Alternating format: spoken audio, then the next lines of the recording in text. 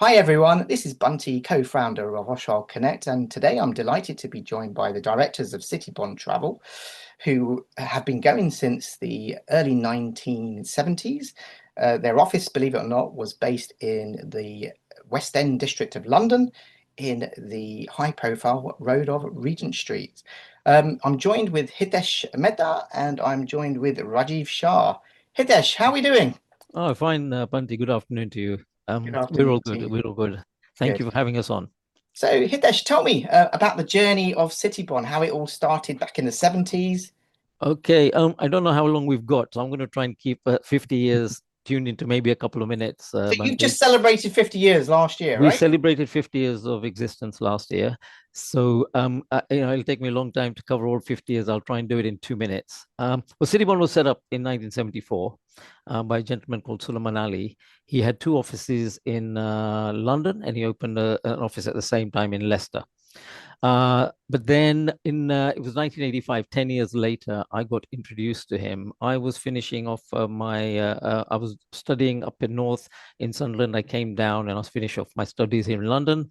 I got introduced to him actually by my brother-in-law, Kishore Shah. And I went to see him just to help him with his bookkeeping and accounts. The first day I actually went, he didn't know who I was, as these things happen. When our people introduce to each other, he goes, "Who are you? Why are you here?" And I said, "No, no, I've been introduced. I hear you got some part-time job. I'm studying." So he goes, "Okay, come back tomorrow." And next day, I got on the train and I was thinking, do I go to see this guy or not? He doesn't even know me. But it just shows how your destiny is defined by maybe one or two decisions you make in life, and maybe even more. I got off the train and I said, okay, I didn't get back on the train. Let me go and see this guy. I've got nothing to lose. It's in the West End. I'll walk in up and down Regent Street. I'll just enjoy it down there. Anyway, went in. He goes, yeah, come in. I'll and you can I can work for me for 6 months. I need some help with the bookkeeper. It was just him, a reservation lady, and they took on a sales guy at the same time, and me. So there's just four of us in the office. So that carried on, and I was doing his bookkeeping a little bit. No computers or anything in those days. So I was writing everything in the book by hand, and he was paying, and I was doing my evening classes then. Come December, I said to him, "Okay, I've got to go now. I'm going to go back to full time so I can finish this thing sooner." He goes, "No, no, why don't you stay on?" I said, "There's no reason for me to stay on. I have to go. I need to finish this thing." He goes, "Okay, I'll pay for your studies." And you stay on, you do evening classes, and you carry on working for me, because his business being, he was actually based up in Leicester area, so he had to commute every day. He found that he had somebody who could do the banking for him, who could do the books for him, and he didn't need to come in every day. So he said, "Why don't you do that?" And I said, "Okay." So I was 22, 23, enjoying myself in the West End. He was paying for everything there, and yeah, I'd work in the day and go out and enjoy the local natural nightlife in the West End. Go on. Fantastic. So, tell me about the business back in the 70s and early 80s when you joined. What was it like? Was it just predominantly flights or? Yes. So when we obviously start, then in just a couple of years later, then I stayed on, and a couple of years later, he decided that he wanted to move on. He wanted to keep the Leicester office, and so that's where my brother-in-law Kishore Shah and my sister Bharti Shah, we decided to take the business over. And Aprama, like it says in our Ashwal Navnath, whatever you want to call it, doing business within the family, uh, whether you do it or we don't.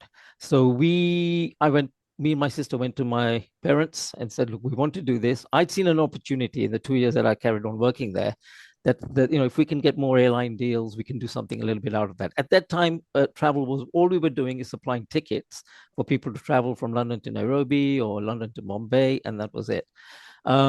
So my dad and mom gave us the best advice. They said to me, "Look, you and your sister can become partners, not a problem. We'll give you our blessings. But for me, being the younger brother and she being my older sister, he gave me a wonderful advice. He said, remember that she's your sister first and then your business partner. And therefore, in business, as you know, you get your ups and downs. You have your things in the workplace. The best thing now, 40 years later, my sister and myself and my brother-in-law, we've left the business in the office, and our home life is exactly the same. So I Fantastic. would be shouting and screaming with her in the office about something or the other, but in the evening, if she comes home, she's my older sister. And that piece of advice took us a long way. Yeah, I mean, I'll be honest with you, you see a lot of kind of Indian businesses now, that were set up as a family. and it's very few that are left now where you still got families running it. Mm, And mm. when the next generation comes, it generally splits, and they all go off and do their own thing. And it's good to see that you've still got a young nephew who's taken the reins of the business. Yeah, so Um, before the young nephew, we had young Rajiv come on board. So as we'll come to Rajiv in a minute. so so I'll just actually it's a good idea we do it this way. So so once we took it over, and then 3 years later we took over the Leicester office, and we ended up taking the whole company over from this gentleman, and we still have the office in Leicester. We were then doing flights only, but we sort of branched out in doing holidays. Our customers, Bunty, were the customers like us who'd come from Kenya, Uganda, East Africa, and that were just going back and forth to buy tickets for tickets. No other business. They were going back and forth to see relatives. But as our customers sort of started prospering, working hard, as you know, our community works very hard, have worked very hard in the early years that we all came here. As they were becoming more successful in their businesses, it was helping our business because then they were going on holidays. So we started supplying them with the holidays type of product as well. And very fast forwarding it there. So we do holidays, we do escorted tours, which is now at the moment the new product for us, purely because that same customer 40 years ago was an individual. Then a few years later, he had a business. He was traveling on for business. We do his business travel. His business is very successful, so we do his holidays travel. And now he's old enough to let the reins, either the new generation coming in, or they've sold the business, or whatever it is. We're very grateful that they've stuck with us for 40 odd years. As his requirement of traveling has changed, his and her requirement of traveling has changed. Now we're doing escorted tours. So a group of them would like to go who are like-minded. We will take them on tours together because they are old enough, but also they want that comfort of somebody looking after them. Sometimes people are anxious to travel as they get older, so we're trying to look after them in that way. So as much of it's a business, but it is something that I feel very proud with, that we are where we are today purely because our customers staying with us from all those years, and their journey has become our journey. Let you speak now, 2007. Rajiv. So you joined Yeah, the business in 2000 and 2007. 2007, but you had a Exactly. business before that, or you still have a business No, separate to Citybond, right? Or no. Basically, I'd started, like you mentioned, Equatorial Travel back in 1993. Initially, I was doing insurance broking with my uncle, who was very well known in the community, Motichan Shah, MP Shah. He was involved in the community mainly in South London previously. And so I was working with him, but I didn't find the insurance business so, exciting. Found it quite mundane. And then this opportunity came up, and I started the travel back in '93.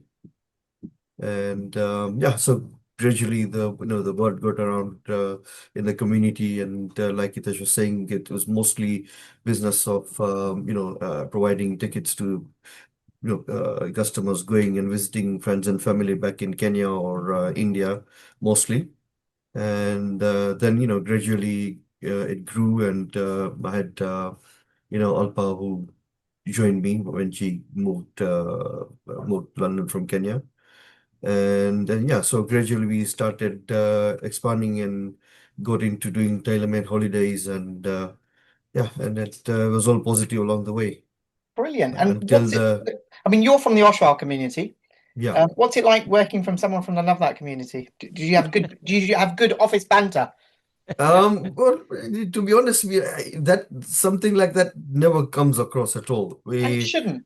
And it No, shouldn't come and across because I we mean, talking to both of you off camera before we started yeah, this video, you can see the chemistry and the yeah, values are the same. You both have the same values, which I think is phenomenal. And I'm am I right in saying the success of Citybond is from your staff? You've got really a great set of staff that support you, correct? We have, and if exactly. Bunty, this, when you mentioned, I think before we came on the podcast, when we were trying to arrange it, you were trying to arrange it for us. I think you sent us the message that Oshwal and Nomnath having together, and you sort of, when you mentioned that, until then, I don't think Rajiv, you probably be with me. We never even looked at it that way, that we No. were from different communities. And yes, I mean, but look, we have to also thank our communities, because it's our communities that give us, trust us with their Yeah, travel, have trusted us for their travel for over 40 odd years, for me personally, and Rajiv, I'm sure. And us coming together was, again, it was just natural. We moved from the West End when we moved here. Obviously, Rajiv and we were doing business together then anyway. Yeah. We were a wholesaler of the market. Rajiv had a sort of a retail customers, so he used to purchase the oil line ticket deals that we had at the time.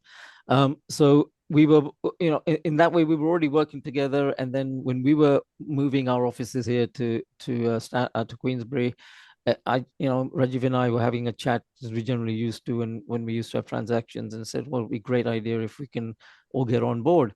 And that's when Rajiv had Alpa and Palvi. Alpa, as you know, Bunty, we talked about. Unfortunately, we lost her she lost her fight to cancer in December last year. And we lost her. But yes, she was an integral part of our business, very well known in the communities, both communities. And she encompassed everything that our business was about: service, loyalty, integrity. She had all of that. And so does a lot of our team. But what you said earlier, I think we did overall altogether, we've got 54 staff here, Leicester, home workers, and home workers in India. We did an average count of them last year in our 50th. One of the things we were doing is sort of lots of crunching numbers for various reasons, 50 being our number last year. And our average age of our staff with us is 22 years. So some of us with us 2 years, some have been with us 30 years. The longest staff member we've got is 35 years. So to us, we are a family, and we call ourselves a family. That's fantastic. Look, just going back to we don't class you as two communities. Offshore Connect is one community, it's one global community, and it's wonderful speaking to you too. So I've got a question for both of you, which I'm going to ask individually, I think. Let's start with you, Rajiv. What's different in the travel industry now compared to when you first started back in the early 80s, I think it was with you? I mean, it's more dynamic. The customers are more, like aware of what's in the market. Everything's more like, especially having access to, Google, internet. And what's changed now from previous is, when customers come to us, most of the time we find they've kind of like done their research many a times. They've looked at, where they want to go, where they want, which hotels they're thinking of staying in. So previously we were like, starting from, from the scratch, and giving them proposals. Okay, this is what you can do at this place and that sort of thing. But now they're pretty much like knowledgeable of many destinations. Obviously, not as much as we are when we can provide the gaps and advise them of, how to best maximize their experience of wherever they're traveling to. But yeah, that's the main difference in the last probably 10 years plus. Fantastic. Hitesh, I'm going to ask you the same question, but before I do, would you agree the world is a smaller place now from a travel point of view? There's much more destinations. So again, in the shortest possible time that you can explain it, what's the difference between travel now than when it was when you first started off in the industry? Yeah, well, actually, when Rajiv was talking, the phrase that was going through my mind was, I think you just hit it nail on the head, that the world is a smaller place now. It's a lot more accessible, and people can venture to destinations or places that they could not venture to before. But what has really changed? I mean, the pandemic had a massive impact on our businesses, but after the pandemic, it's changed even more, in the sense that people's willingness to travel or reluctance for any reason is much more diminished now. People are willing to reach out and to explore things that they would never have thought of doing before. And so in a funny sort of way, the pandemic is something that the whole, not just our business, the whole of the travel business have never experienced. And to come out of that, it's come out of it stronger. It's taken its time. We had our pains during it, but that's also help people see the world in a different way. So for instance, there were destinations. I'll give you an example. One destination was, say, Japan. Before the pandemic, it was there, but it was out of people's reach in terms of cost or whatever reasons. Then there are destinations like Bhutan, Nepal, far enough, Peru, these destinations which you would think that, oh, no, no, only certain people can travel them, explore them. No, it's accessible for everybody. And the content which is available now is a lot more. In terms of what I meant is content is the type of accommodation, the type of transfers, the type of services you can get. And what for us, we're all passionate travelers. Obviously, others we wouldn't be doing what we're doing. Travel is not the best paid industry in the world, but it gives you a lot more in other ways. We've got friends all over the world. Tomorrow, Rajiv or I will go to a destination, whether it's for a holiday. I can guarantee you 9 times out of 10, there's somebody we know there. We would pick up the phone and go for dinner with, or go and have a drink with, and we may not have seen them. So what I would say, what people can have out of travel now, which they couldn't have 10 years ago, is, and because it's a smaller place, it's that connectivity and the people you meet, all the, again, I'll take it. Sorry, I'm going to go on a bit. You talked about Oshwal and Navnath in terms of two communities. Yep. So, and the world is getting smaller. So when you're traveling now, people are not just traveling to see, I've seen the Eiffel Tower, or I've seen the Taj Mahal. They're having the experience of that community, of those people they are meeting. And if the world can then share the good things of each other's communities, the good things, there's so much going on at the world at the moment where it's so much antagonism about one or the other. If people can pick those things up, and travel gives you that. If you travel to Japan, you can see the good things the Japanese people do. You bring it back home, and you can try to implement that into your life. So travel can change your whole life perspective while you're away and when you come back home. Beautifully answered. Rajiv, quick question for you is, why should people use a travel agent and not book on, I don't know, one of these budget airlines and try and do it themselves? Well, I mean, we have experience and for all this for so many years, and the knowledge for different destinations. Plus, obviously, the travel companies like Citybond will be protected in terms of when they're making their payments. And then plus also, like, even if there are whether if it's before their travel or during their travel, at any point in time, like, we're readily reachable. So if there is any issues at any point in their journey, it's a matter of one message or one phone call, and then everything is sorted out for them.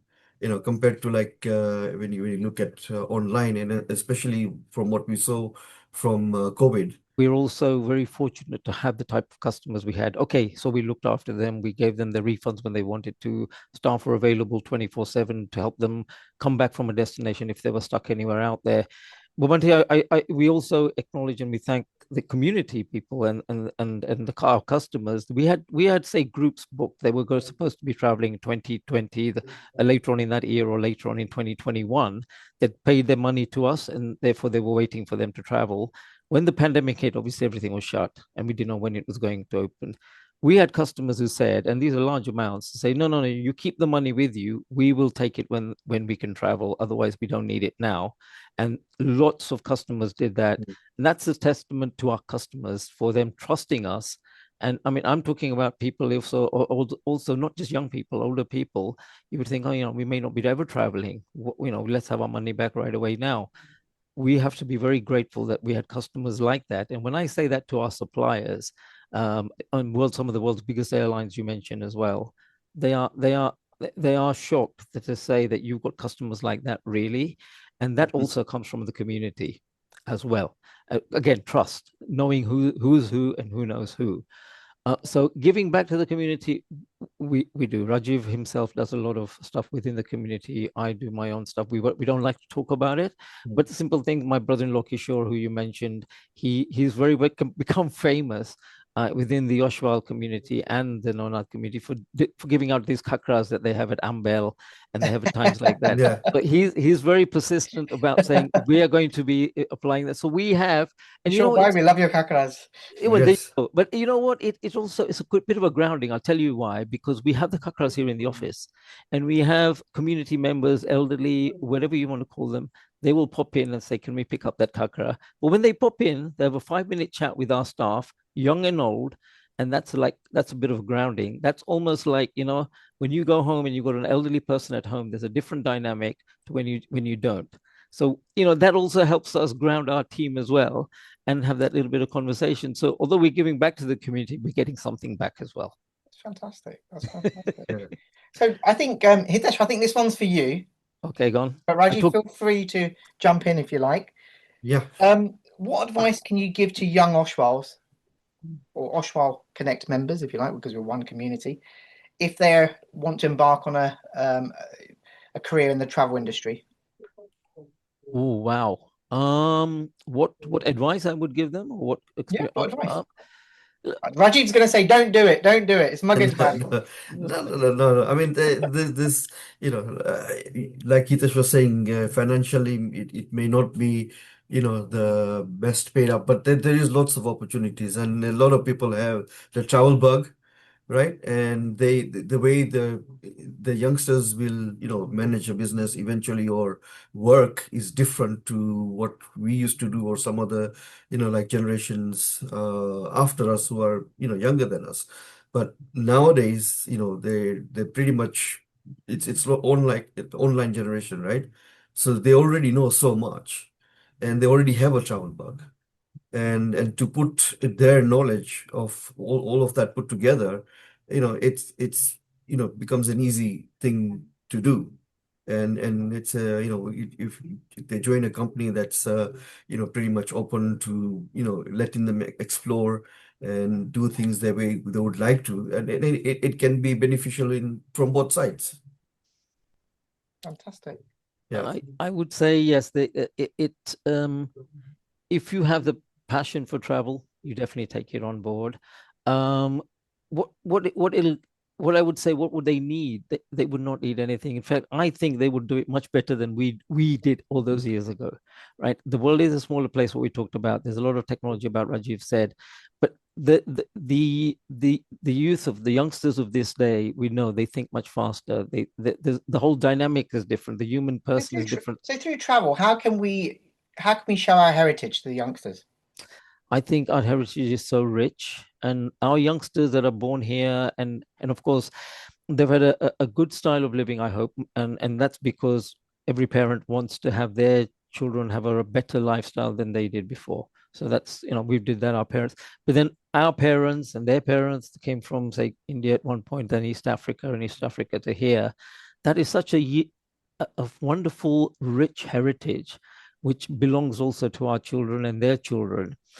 So for them, of course, we all of our, our communities, we are very family orientated. We talk about the past all the time, and they're getting it a little bit there, and they get a sense of that. And hence, I've always said, look, we're very lucky. We're living in a country that is very fair, that is very forgiving. So we can mix with the communities and the local people here, as well as we got the best of both worlds. We've got our heritage, which is very rich, how our upbringing is family orientated, and living in the UK, they've got a different way of living, but we can mix with both. I can go to the pub and have a drink with my mate from school, Mr. John Shepherd, whatever his name is. But I can also come home and my bar is at home, and I can sit down and have dal bhat shak roti with my bar and have a wonderful afternoon and an evening all in one day. Not everybody has that. We have the best of both worlds. But I still think about heritage. I would like to have our kids do that travel, and we can give it to them in travel, is see how our forefathers traveled even by ship from India to Kenya, and go and see the places where we people like myself, Rajiv, were born, and then know that that is also part of their journey as well, and hopefully they'll help them give their kids and their kids onwards a journey, because it's dynamic of what our parents did and their forefathers did. It was fantastic for us. If for moving house from here to the next street is difficult, can you imagine our parents for moving whole families, uprooting from there and bringing it here? And here we are for 40, 45, 50 years later. Citybond. We obviously we have an online presence, but Just to mention, yeah, websites, and plus also we have a lot of presence on social media, on Instagram, Facebook, and the like. So that's easily accessible. And then a lot of content out there which is inspirational to a customer base. So yeah, it's pretty much easy to connect. I mean, you've been going for 50 years. Tell me about you giving back to the community. I mean, we noticed that you do sponsor a lot of community events, some charitable events. Tell me a little bit about that. We mentioned Al Pasha, who we lost in December. Yep. She was very, very well connected to the Oshwal community as well. So I know a lot of people, a lot of your Oshwal Connect people would know her. On the 6th of July, we as the office and with Alpa's family, we're going to be doing a walk in her name, a 10K walk, and we'll be getting the information out there about the walk, and it's going to be supporting a charity that Alpa left with us to say I want this charity supported when I'm no longer here. So I just wanted to put it out What's there. the name of the charity? It was at Macmillan Cancer Macmillan Trust she wanted to support because it's something she fought for 5 years. We would like to help promote that. So offline, we'll get some details off you. Okay. And we will come along and join you on the 6th of July. Thank you. And listen, guys, before I say goodbye to you, I'm going to ask you one last question in a sentence to both of you. I'm going to let Hitesh go because Hitesh is itching to talk to me. What's your favorite destination and why? Favorite holiday type is a safari. I don't know, maybe it's in my blood because I'm from there, but I love to be out on a safari. So Kenya, Tanzania, Uganda for the gorillas. My favorite holiday is a safari. I'll have to say. I'm not okay, Rajiv. You go. Rajiv, I know you're going to say the same to him, so I'm going to change your question. Yes. Beach or pool? Beach or swimming pool? a beach, definitely. A nice, warm water of the Indian Ocean anytime. Fantastic. Well, listen, guys, thank you so much for giving up your time and sharing your journey. Hopefully, lots of people watching this will be inspired, and they'll kind of look up traveling and hopefully broaden their horizons with a bit of culture and new destinations. And I think I've really enjoyed talking to you both. I said that very early on. Yeah. It's the first time I've done a double interview, and I think it's worked really well. So no, Bunty, thank you. It's been very enjoyable talking to you now, and like I said before we got on, and some of the things you were mentioning, you got to. Yeah, I love your passion as well, and travel is all about passion. So there is a synergy here somewhere. Thank you so much. 100%. Thank you. Thank you. All right. Yeah, Okay. thanks, Bunty. Great talking to you.